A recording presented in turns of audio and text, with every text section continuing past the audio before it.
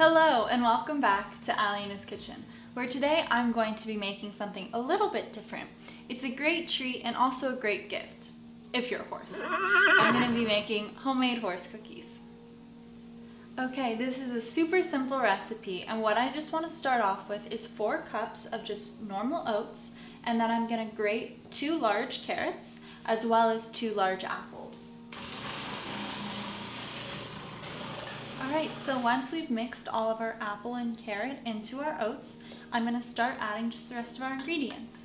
So here I have 2 tablespoons of coconut oil, as well as 1 cup of molasses to add a little bit of the sweetness factor, as well as 1 cup of oat flour.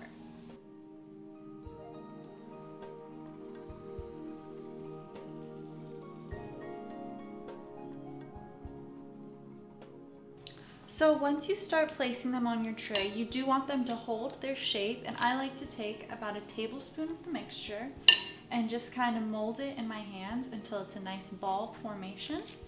And it's okay if you place them really close together. These aren't cookies that are going to spread or anything, so fit as many on your tray as you can.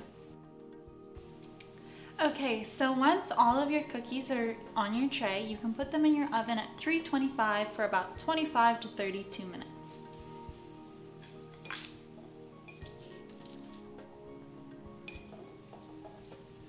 Alright, now that we have our finished cookie, I can seal them all up and take them to the barn and see how the horses actually like them.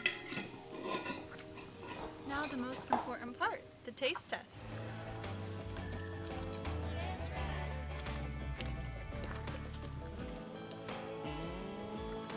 Come on, through the countryside. I think she likes them.